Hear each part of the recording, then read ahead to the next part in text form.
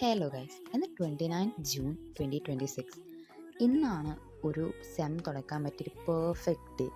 എന്താണെന്നല്ലേ കാര്യം, ഞാൻ ഇന്ന് രാവിലെ ചാടി എണീറ്റത് പാല് വാങ്ങാനാണ്.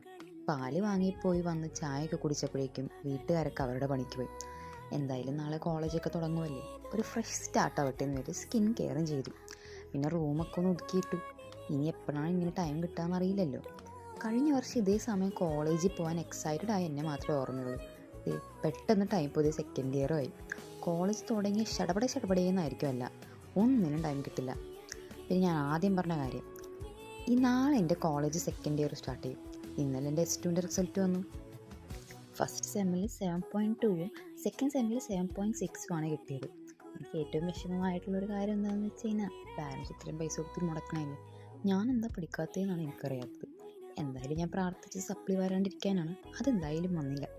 പിന്നെ ഞാൻ കോളേജിൽ കയറിയപ്പോൾ ഒരു ഡയറിയൊക്കെ വെച്ചായിരുന്നേ. അതായത് ഓരോ സെമും ട്രാക്ക് ചെയ്യാൻ, മാർക്കാണെങ്കിലും ഏതൊക്കെ ക്ലബ്ബിൽ കയറി, എന്തൊക്കെ എക്സ്പെൻസ് ഉണ്ട്, മനസ്സിലാവും, അങ്ങനത്തെ കാര്യങ്ങളൊക്കെ ഇവൻറ്റ്സ് പാർട്ടിസിപ്പേറ്റ് ഇതൊക്കെ ചെയ്യാൻ വേണ്ടി ഒരു ഡയറി വെച്ചായിരുന്നു. അത് ഞാൻ ഫസ്റ്റ് സെമ്മിൽ വെച്ചത് മാത്രമേ എനിക്ക് ഓർമ്മയുള്ളൂ.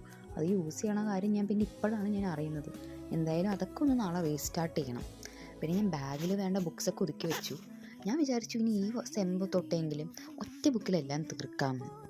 കോളേജിൽ കയറിയപ്പോൾ ഞാൻ വിചാരിച്ചു നമുക്ക് ഒറ്റ ബുക്കൊക്കെ മതിയെന്ന്. പക്ഷെ അങ്ങനെയൊന്നുമല്ല, എല്ലാത്തിനും ഓരോ ബുക്കും വേണം, ബുക്ക് സബ്മിറ്റും ചെയ്യണം. എൻ്റെ +2 വരെ ഞാൻ ഇങ്ങനെയൊന്നും ചെയ്തിട്ടുണ്ടായിരുന്നില്ല. പക്ഷേ ഈ സെം എങ്ങനെയാണെന്ന് നോക്കട്ടെ. ഞാൻ എന്തായാലും ഒരു ബുക്ക് എടുത്ത് വെച്ചു. എന്തായാലും മാത്സിന് സെപ്പറേറ്റ് ബുക്ക് വേണമല്ലോ പ്രോബ്ലംസ് ഒക്കെ ചെയ്യാനായിട്ട്. പിന്നെ ഡ്രസ്സൊക്കെ തയ്ച്ചു.